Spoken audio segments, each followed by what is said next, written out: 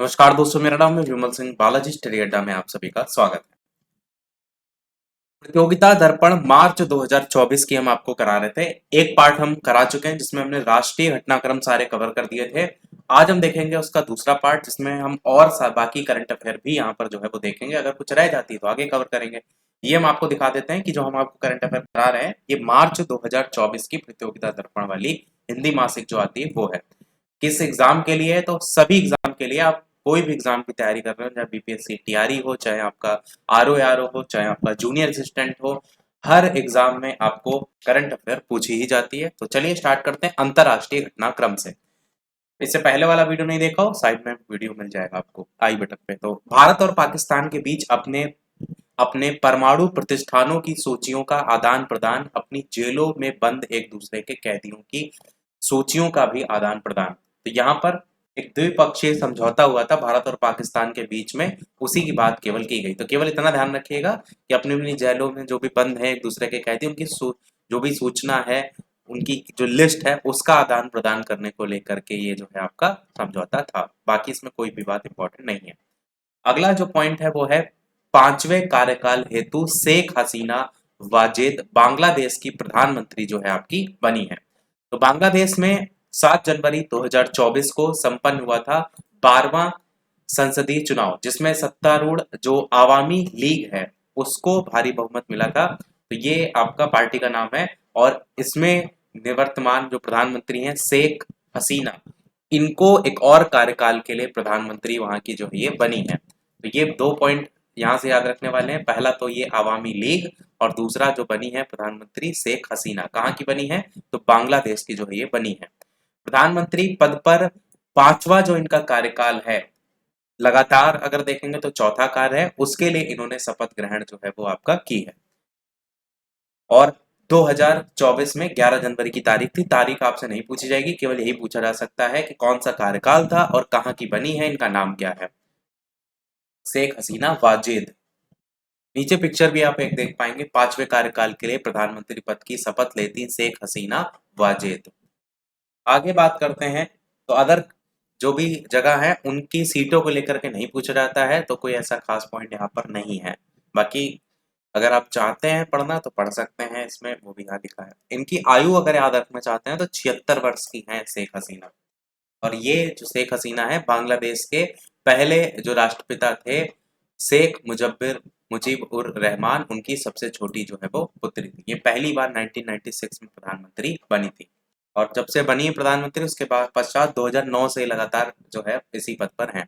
अगली current affair है, चीन विरोधी डेमोक्रेटिक प्रोग्रेसिव पार्टी के लाई चिंग ते ताइवान में नए राष्ट्रपति जो है आपके निर्वाचित हुए हैं। ताइवान जिसे चीन अपना ही क्षेत्र मानता है, उसमें नए राष्ट्रपति पद के लिए आपका 13 जनवरी 2024 को संपन्न हुए थे चुनाव, जिसमें चीन विरोधी जो सत्तारूढ़ डेमोक्रेटिक प्रोग्रेसिव पार्टी है, जिसका शॉर्ट फॉर्म है डीपीपी, तो इसके उम्मीदवार थे लाई चिंग ते। ताइवान, ये ऊपर आप पिक्चर भी देख पाएंगे, ताइवान के नव निर्वाचित राष्ट्रपति लाई चिंग ते और उपराष्ट्रपति सियाओ बी के यहाँ पर दोनों की तस्वीर है। तो इनका नाम ध्यान रखिएगा। और कहाँ की बात हो रही है? तो ताइवान की बात हो रही है, और ऊपर हेडलाइन में भी आप देख पाएंगे ये चीन विरोधी पार्टी है आपकी ताइवान की। आगे इसमें ऐसा कोई भी खास पॉइंट जो है आपका नहीं है। आगे करंट अफेयर देखते हैं। हमने कोशिश की है कि जो सबसे ज्यादा इंपॉर्टेंट पॉइंट हो सकता है वही हमने यहाँ पर हाईलाइट किया है, ताकि आपको याद करने में आसानी हो। कम करंट अफेयर हो तो याद आसानी से होगी, कथा कहानी आपको नहीं याद रखनी है। तो म्यांमार में स्वतंत्रता दिवस पर 9,652 कैदियों की रिहाई हुई है। केवल इतना याद रख सकते हैं कि म्यांमार में हुआ है, वहां की 76वीं वर्षगांठ 4 जनवरी 2024 को मनाई गई थी। वहां पर जो बंद कैदी थे उनको रिहा करने की घोषणा जो है वो की गई थी। इसमें 114 विदेशी थे, कुछ राजनीतिक अपराधी भी यहाँ पर जो है वो थे। तो केवल म्यांमार में ये देखने को मिला। ये हेडलाइन आपको केवल याद रखनी है। बात करते हैं ऊपर करंट अफेयर पढ़ते हैं। 5 नए सदस्य आपके जुड़ने से ब्रिक्स जो कंट्रीज हैं उसमें अब जो सदस्य हैं वो 10 हो गए हैं। तो अभी तक 5 सदस्य थे, भारत, रूस, चीन, ब्राजील और दक्षिण अफ्रीका। बहुत ही ज्यादा इंपॉर्टेंट है ये आपकी करंट अफेयर। देखिएगा एक ना एक प्रश्न यहाँ से किसी न किसी पेपर में बन जाएगा। तो ये जो ब्रिक्स है वो नए वर्ष 2024 में अब यहाँ पर जो सदस्य हो गए हैं वो 10 हो गए। 1 जनवरी 2024 से 5 नए सदस्य कौन कौन शामिल हुए, इनको याद जरूर कर लीजिएगा, क्योंकि क्वेश्चन ऐसे भी बन सकता है कि इनमें से आप कौन ब्रिक्स का सदस्य देश नहीं है, इस तरीके से। तो कौन कौन शामिल हुआ है? मिस्र है, इथोपिया है, ईरान है, सऊदी अरब है और संयुक्त अरब अमीरात है, वो इसमें शामिल हो गए। अब इसकी संख्या 5 से बढ़कर 10 हो गई है। इसमें शामिल करने का जो निर्णय है वो अगस्त 2022 में ब्रिक्स के जोहान्सबर्ग में सम्मेलन, उसमें जो है ये किया गया था, और 2024 में जाकर के संख्या 10 अब जाकर के हुई है। समूह में शामिल किए जाने वाला जो छठा देश था, क्योंकि 5 थे ना, तो सबसे पहले जो शामिल किया गया छठा देश वो अर्जेंटीना था। पर हुआ क्या, 3 दिन बाद अर्जेंटीना के जो राष्ट्रपति थे उन्होंने इस समूह से पीछे हटने की घोषणा की थी। तो इस प्रकार से ये अर्जेंटीना यहाँ से हट गया था, क्योंकि यहाँ पर नाम देख रहे हैं ना, मिस्र, इथोपिया, ईरान, सऊदी अरब और संयुक्त अरब अमीरात, इसमें आपका अर्जेंटीना नहीं है। तो अर्जेंटीना सबसे पहले शामिल हुआ था, फिर बाद में जो है वहाँ के राष्ट्रपति ने वापस घोषणा कर दी थी, और इस तरीके से 3 दिन बाद ये हट गया था।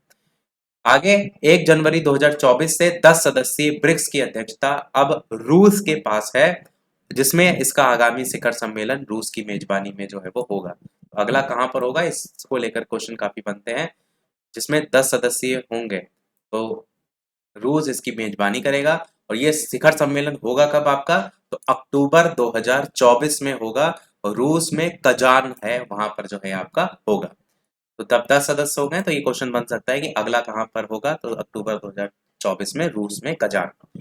ब्रिक्स की अगर बात करते हैं तो BRIC, ये इसके नाम में है ना स्पेलिंग में, तो इसी के नाम से 4 देश से, बी से आपका ब्राजील हो गया, आर से आपका रूस हो गया, आई से आपका इंडिया यानी कि भारत हो गया, और सी से आपका चाइना हो गया। इसका जो पहला शिखर बैठक थी वो हुई थी 2009 में रूस में, आपका येकाटेरिनबर्ग ये पड़ता है, जहां पर आपकी इसकी पहली बैठक जो है वो हुई थी। दक्षिण अफ्रीका को अप्रैल 2011 में शामिल किया गया था, जहां पर समूह का सदस्य इसको जो बनाया गया था उससे, दक्षिण अफ्रीका को हम कहते हैं ना east west north south, south Africa, तो एस से ही ब्रिक्स जो वर्ड था उसमें एस जुड़ गया था और ब्रिक्स नाम हो गया था। तो एस शब्द जुड़ने से ब्रिक्स से इसका नाम क्या हो गया था, ब्रिक्स हो गया था। तो आपको ब्रिक्स के तो जितनी भी कंट्री है वो यहीं से समझ में आ रहे हैं, इसके नाम से ही आपको स्पष्ट हो रहे हैं। तो बाकी जो बाद में 5 जुड़े ना वो आपको याद करना पड़ेगा, क्योंकि बाकी तो ब्रिक्स में सारे नाम से, बी से ब्राजील, आर से रूस, ऐसे आपको याद करने की आवश्यकता नहीं पड़ेगी। 1 जनवरी 2024 से 5 जब नए सदस्य जुड़ गए, तो क्या इसका कोई नाम बदल गया है, तो नहीं, समूह का नाम ब्रिक्स अभी भी इसका नाम ब्रिक्स ही है।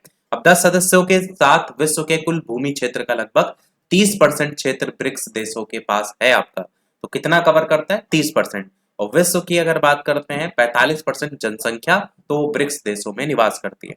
कुल भूमि क्षेत्र के अकॉर्डिंग देखेंगे तो 30%, और अगर विश्व की 45% जनसंख्या की बात करेंगे तो ब्रिक्स देशों में निवास करते हैं। तो ये हो गया हमारा वेरी वेरी इंपॉर्टेंट पॉइंट। बढ़ते हैं अगली करंट अफेयर की तरफ।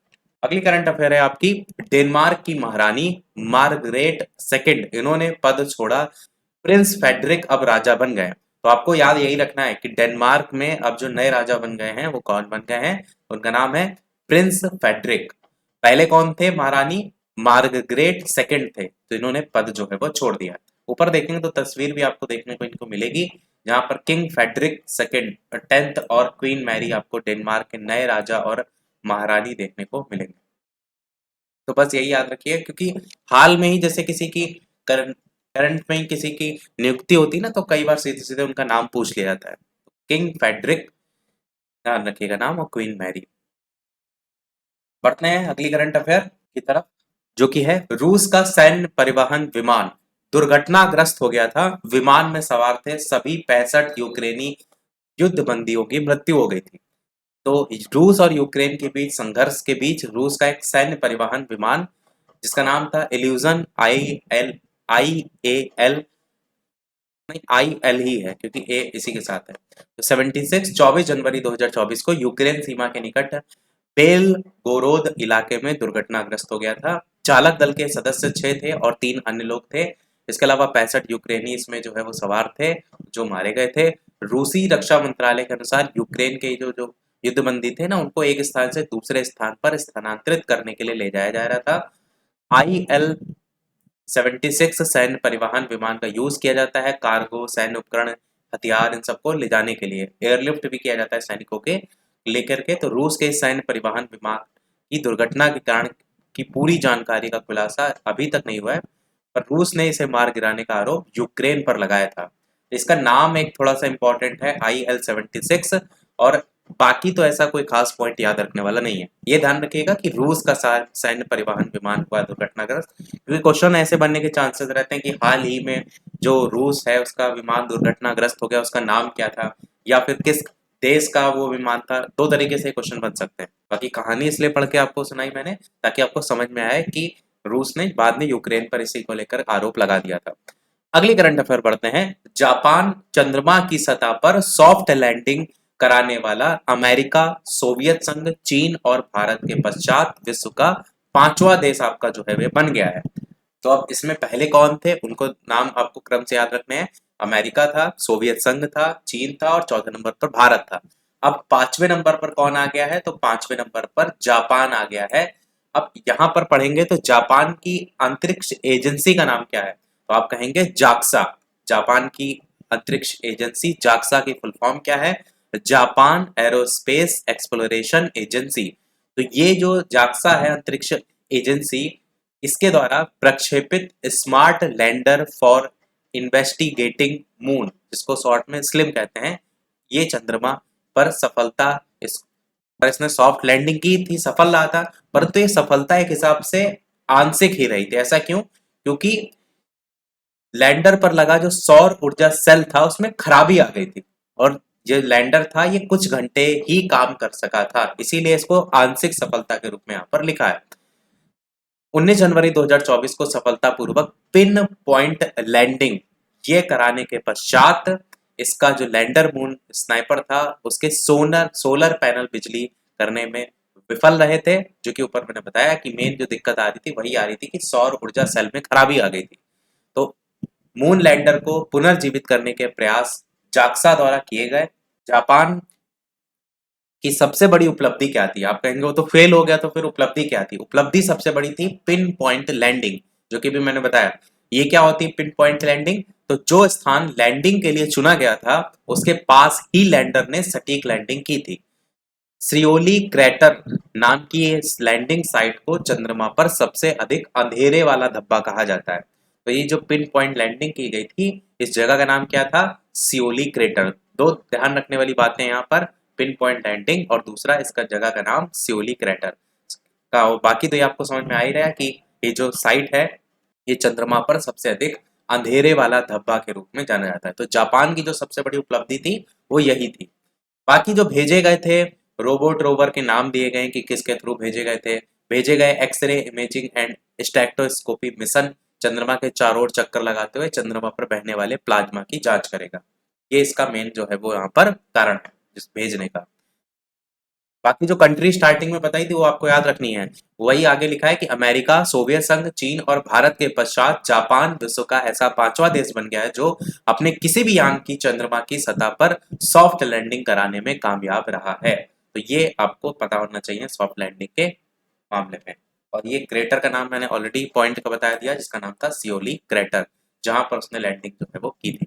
तारीख वगैरह आप उतना याद नहीं रख पाएंगे, तो मेन आपको याद हो जाता है तो अच्छा है, वरना मेन मेन पॉइंट याद रखिए। बाकी इसमें एक पॉइंट ये भी आपको देखने को मिलेगा कि जो स्पेस सेंटर है इससे H2A रॉकेट इसके जरिए जो है वो भेजा गया था 6 सितंबर 2023 को, और 25 दिसंबर को ये पहुंच गया था चंद्रमा की कक्षा में, जिसके बाद 19 जनवरी को इसकी लैंडिंग जो है वो आपका हुई थी। इसमें 3 तारीखें हैं, मेन आपका किसके जरिए भेजा गया था और कब इसकी लैंडिंग हुई थी वो याद रख सकते हैं। आगे बढ़ते हैं हमारी अगली करंट अफेयर की तरफ। बाकी देखेंगे इसमें लिखा बहुत कुछ है, सारी कथा कहानी एकदम लिखी पड़ी है, और जो पूछने वाले पॉइंट है वो इसीलिए हमने हाईलाइट ऑलरेडी कर रखे हैं। तो आगे बढ़ते हैं। अच्छा, वीडियो सभी लोग लाइक जरूर करते रहिएगा, आप ही के लिए सारी मेहनत की जा रही है ताकि आप पहले से प्रिपेयर हो सकें। तो कोशिश कीजिएगा, लाइक सभी लोग जरूर कर दीजिएगा, शेयर कर सकते हैं तो शेयर जरूर कर दीजिएगा। लास्ट में क्वेश्चन भी पूछेंगे, उसका आंसर भी कमेंट में अवश्य बताइएगा। तो ध्यान से सारी चीजें पढ़िएगा, क्योंकि जो चीजें पढ़ा रहे हैं उसी से ही क्वेश्चन पूछेंगे। तो वर्तमान में चंद्रमा के लिए सबसे बड़ा मिशन जो है वो आपका अमेरिका का आर्टेमिस मिशन है। चंद्रमा के लिए अगर आपसे पूछ लिया जाए सबसे बड़ा मिशन कौन सा है, तो इसका नाम है आर्टेमिस। इसमें चंद्रमा की सतह पर मनुष्य को उतारने की नासा की योजना है। इसको फरवरी 2024 में चंद्रमा पर लैंड कराना था, पर खराबी आ गई थी मॉड्यूल में, इस चक्कर में इसको जो है वो आगे के लिए टाल दिया गया था।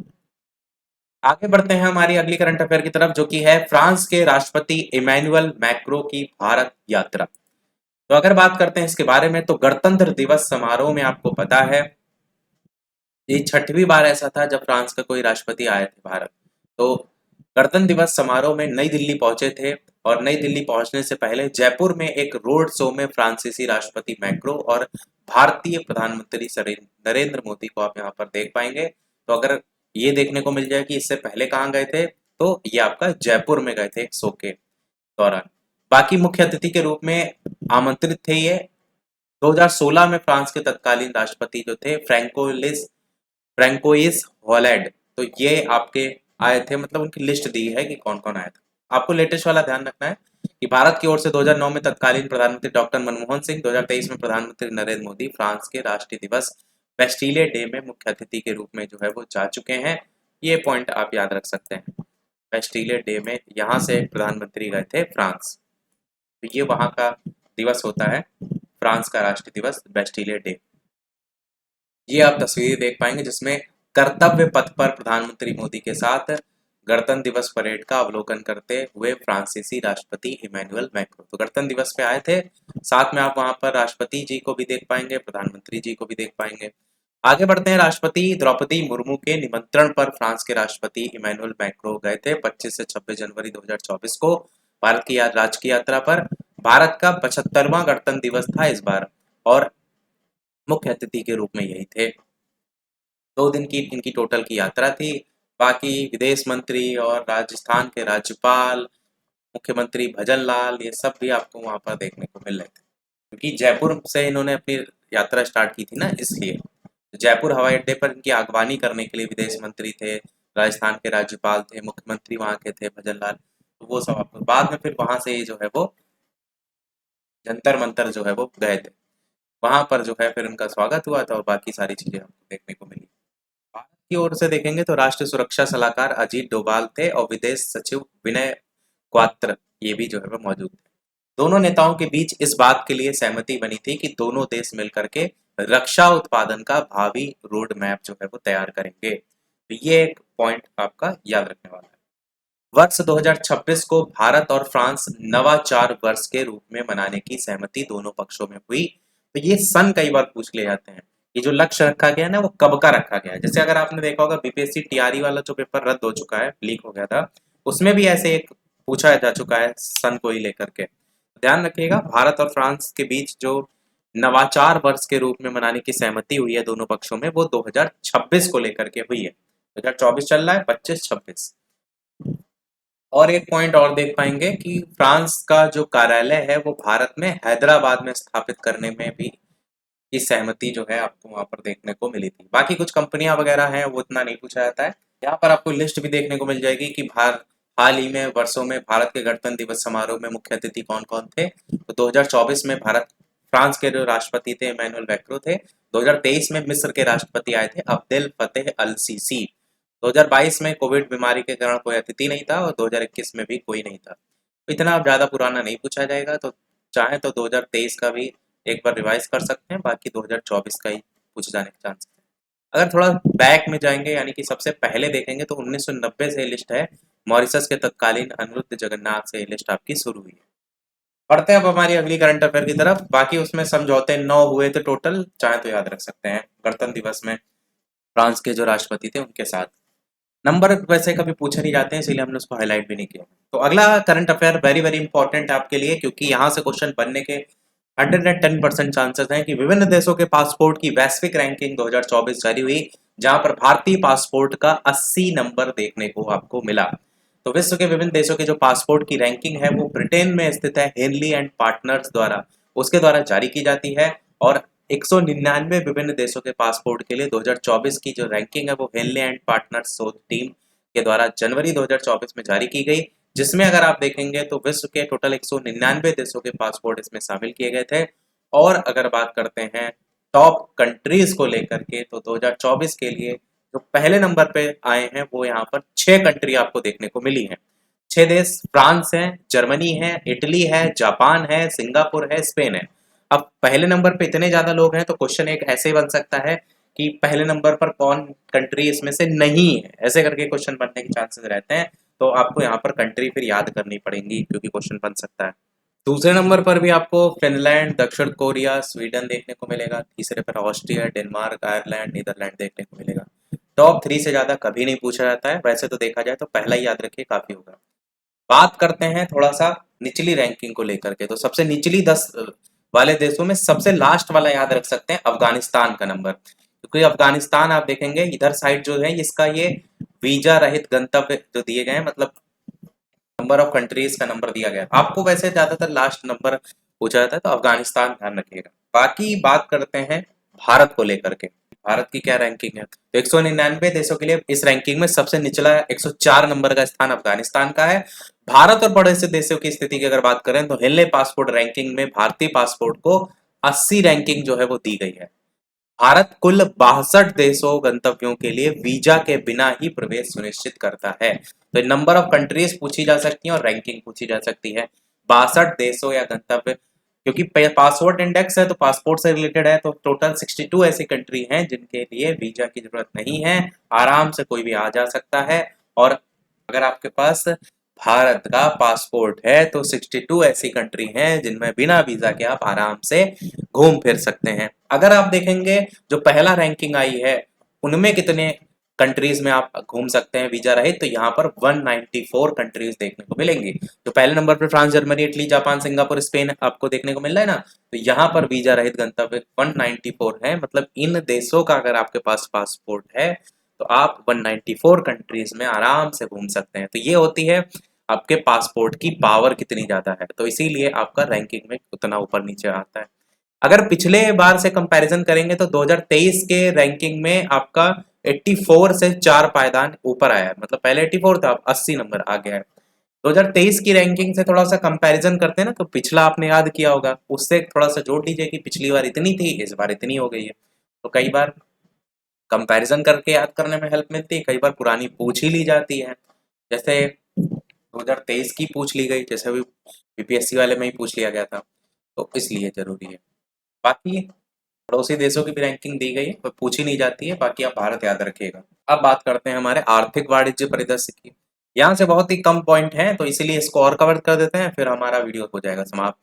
2023-24 में देश की राष्ट्रीय आय के संदर्भ में एनएसओ के पहले अग्रिम अनुमान में जीडीपी में जो है वो 7.3% वृद्धि अनुमानित की गई है। तो केवल ये परसेंटेज आपको पता होना चाहिए, जीडीपी में 7.3% वृद्धि अनुमानित की गई है।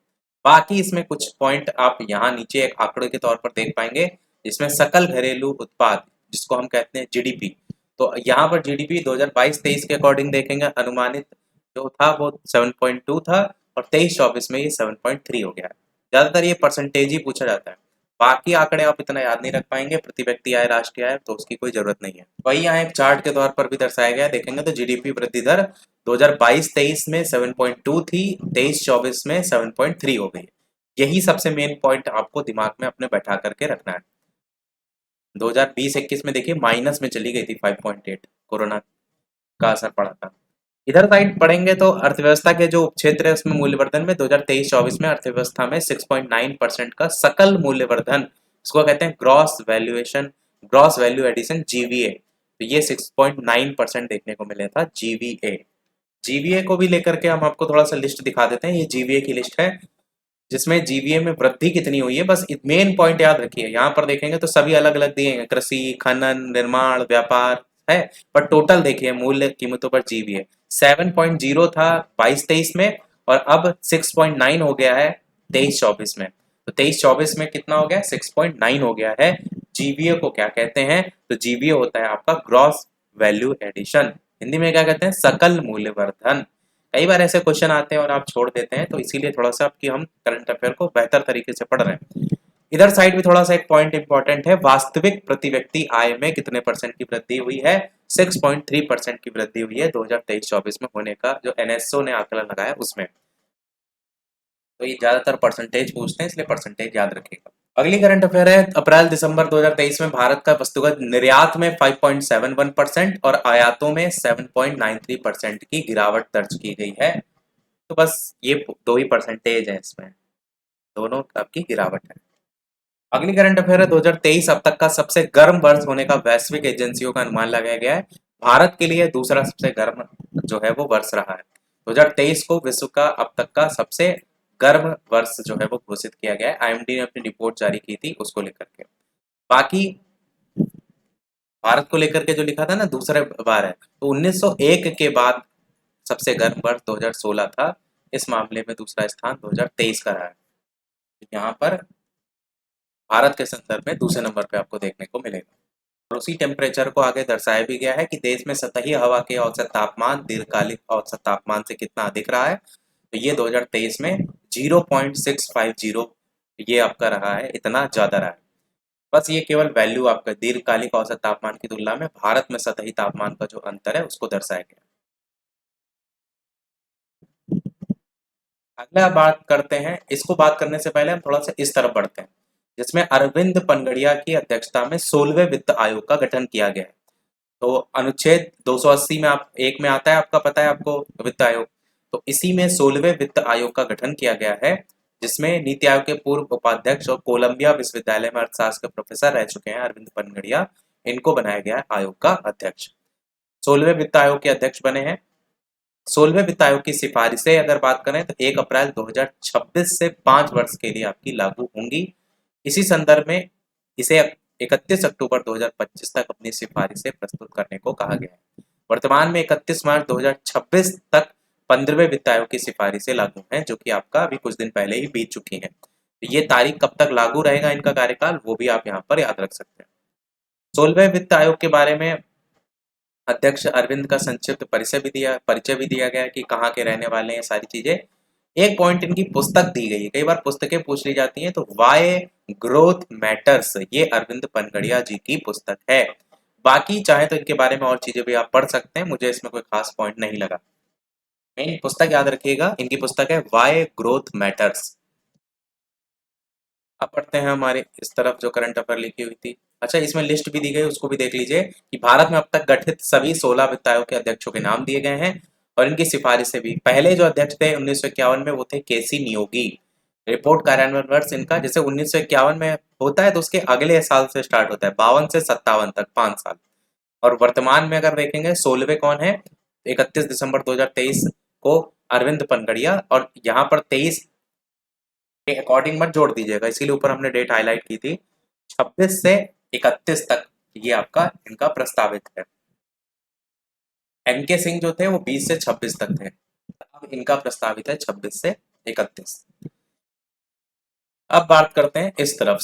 10वें वाइब्रेंट गुजरात ग्लोबल सम्मेलन 2024 गांधीनगर में हुए हैं। ये ध्यान रखिएगा कहाँ पर हुए हैं, गांधीनगर में हुए हैं। वाइब्रेंट गुजरात ग्लोबल सम्मेलन, ये इसका लोगो देख पाएंगे 10 से 12 जनवरी को। ये जो गुजरात में गांधीनगर में हुए हैं, बड़ी संख्या में इसमें भारतीय कारोबारी जो थे, उनके साथ साथ विदेशी कंपनियां भी इसमें आई थी। साथ ही इसमें संयुक्त अरब अमीरात के राष्ट्रपति भी थे, मोहम्मद बिन जायद अल नाहयान। यूएई के राष्ट्रपति भी इसमें मौजूद थे। मोजाम्बिक के राष्ट्रपति भी थे, फिलिप जैसिंटो न्यूसी। बाकी और भी लोग थे, इतने खास नहीं है। एक समझौता इसमें देखने को मिला था गुजरात सरकार और दुबई की बहुराष्ट्रीय लॉजिस्टिक कंपनी, जिसका नाम है कंपनी का डीपी वर्ल्ड। इसके बीच एक समझौता हुआ था, गुजरात सरकार और दुबई की कंपनी है, लॉजिस्टिक कंपनी है डीपी वर्ल्ड, जिसके बीच जो है ये समझौता हुआ था। साथ ही इसमें जो थीम थी वो क्या थी, गेटवे टू द फ्यूचर। इस थीम पर आधारित था ये। इसमें देखेंगे टाटा, अडानी, रिलायंस, मुकेश अंबानी, सबके सब आपको देखने को मिलेंगे। तो इसकी थीम क्या थी, gateway to the future. Adani समूह के गौतम अडानी ने अगले 5 सालों में गुजरात में 24 अरब डॉलर के निवेश की घोषणा जो है वो यहाँ पर की है। साथ ही साथ रिलायंस समूह के मुकेश अंबानी ने गुजरात में हजीरा में देश की पहली विश्व स्तरीय कार्बन फाइबर सुविधा की स्थापना की घोषणा भी की है। रिलायंस समूह के जो मुकेश अंबानी है, उन्होंने गुजरात में हजीरा में देश पहली विश्व स्तरीय कार्बन फाइबर सुरक्षा की स्थापना जो है वो घोषणा की है। साथ ही साथ गुजरात में वाइब्रेंट गुजरात सम्मेलन की शुरुआत जो हुई है वो 2003 से जो है वो हुई है, और अभी तक ये आपका हर 2-2 वर्ष के अंतराल पर होता रहा। कोविड में नहीं हो पाया था, वो भी बात यहाँ पर लिखी गई। अगली करंट अफेयर की तरफ बढ़ते हैं, इधर साइड में तो नहीं, ठीक है। तो ये है आपकी अगली करंट अफेयर, प्रधानमंत्री सूर्योदय योजना तो प्रधानमंत्री सूर्योदय योजना की अगर बात करते हैं तो 1 करोड़ घरों पर रूफ टॉप सोलर स्थापित करने का लक्ष्य इसमें जो है वो रखा गया है। साथ ही इसमें 300 यूनिट बिजली को लेकर के भी योजना रखी गई है। 300 यूनिट बिजली यहाँ नहीं लिखा हुआ है, पर आपको याद रखना है। ये जो निर्णय है सरकार के द्वारा जनवरी 2024 में लिया गया था। 22 जनवरी 2024 को अयोध्या में श्री राम लला मंदिर में प्राण प्रतिष्ठा कार्यक्रम से लौटने के बाद ही इसको लेकर के घोषणा जो है वो की गई थी। तो ये प्रधानमंत्री सूर्योदय योजना ये आपकी संबंधित है सोलर जो ऊर्जा है उसको स्थापित करने को लेकर। इसमें सब्सिडी वगैरह के लिए भी बात की गई है। इधर है वैश्विक वृद्धि में 2024 में शिथिलता का संयुक्त राष्ट्र रिपोर्ट में अनुमान। भारत में वृद्धि कोई खास पॉइंट नहीं है, हटा दीजिए इसको। लिस्ट जरूर दी गई है जिसमें प्रमुख अर्थव्यवस्था और क्षेत्रों में जीडीपी में वृद्धि संयुक्त राष्ट्र रिपोर्ट के अकॉर्डिंग जनवरी 2024 में क्या रही है। ये रिपोर्ट किसकी है? संयुक्त राष्ट्र की है। तो यहाँ पर आप देखेंगे तो भारत का नंबर देखने को मिलेगा यहाँ, जिसमें सबसे पहला आप देखेंगे 2022 का है, फिर 23, फिर 24 अनुमान है, पूर्व अनुमान है, जो मतलब हुआ नहीं है वहां पूर्व अनुमान है, और ये 25 है। यहाँ पर 2023 7.7, फिर 6.3, फिर 6.2, 6.6। बस इतना सा याद रख सकते हैं 23-24 का कि कितना कितना जो है वो संयुक्त राष्ट्र के अनुसार पूर्वानुमान इसमें लगाए। ऐसे ही अलग अलग लोग अपनी रिपोर्ट इसमें जारी करते हैं, जैसे वो संयुक्त राष्ट्र की रिपोर्ट थी। ऐसे ही आपका अंतर्राष्ट्रीय मुद्रा कोष यानी IMF अपनी रिपोर्ट अलग जारी करता है। तो इतनी सारी चीजें आप याद नहीं कर पाएंगे। यहाँ भारत का देखिए दिया तो क्या है, अलग अलग परसेंटेज के लगभग 6.5 के आस पास ही आपको ज्यादातर देखने को मिल रहा है। तो इसलिए हम आपको दिखा रहे हैं कि इन केस कभी ऑप्शन में आ जाए तो आपको गेस वर्क करने में भी थोड़ा सा हेल्प मिले। बाकी कोशिश कीजिए याद इंपॉर्टेंट चीजें ही करिए। तो ये हमारे अर्थव्यवस्था वाली भी जितनी थी वो समाप्त हो गई। वीडियो को मैंने कहा था हम समाप्त करने से पहले एक क्वेश्चन आपसे पूछेंगे जिसका आंसर आपको वीडियो के मेन कमेंट में बताना होगा। जितनी चीजें पढ़ाई उसी से क्वेश्चन पूछेंगे। तो क्वेश्चन आपके लिए है हेनले पासपोर्ट इंडेक्स, इसमें भारत की रैंकिंग कितनी आई है इस 2024 वाले में, ये आपको वीडियो के मेन कमेंट में टाइप करके बताना है। हम इसलिए पूछ रहे हैं क्वेश्चन ताकि आप एक बार पढ़ें, एक बार टाइप करें कमेंट में, तो चीजें आपके दिमाग में एकदम फिट बैठ जाए। तो इसलिए कमेंट में जितने भी लोग वीडियो देख रहे हैं सभी लोग अपना आंसर जरूर बताइएगा। साथ ही साथ वीडियो लाइक शेयर सब्सक्राइब अवश्य कीजिएगा। अभी जो करंट अफेयर करा रहे हैं इसमें अभी पुरस्कार खेल वो वाला पोर्शन रह गया है। राष्ट्रीय अंतर्राष्ट्रीय आर्थिक परिदृश्य ये सारी चीजें तो समाप्त हो गई हैं। तो अभी आगे एक वीडियो और आपको देखने को मिलेगा। अब एक में हो या दो में हो वो तो अब आगे आने वाली बात है, पर मेन जितनी भी चीजें करा रहे हैं याद करते हुए चलिएगा। वीडियो बहुत ज्यादा इसीलिए बड़ा नहीं कर रहे हैं और केवल इंपॉर्टेंट चीजें करा रहे हैं। तो अभी की वीडियो में इतना ही रखते हैं, फिर वीडियो लाइक से सब्सक्राइब कीजिएगा। मिलते हैं अगले वीडियो में, तब तक के लिए सभी को नमस्कार, जय हिंद।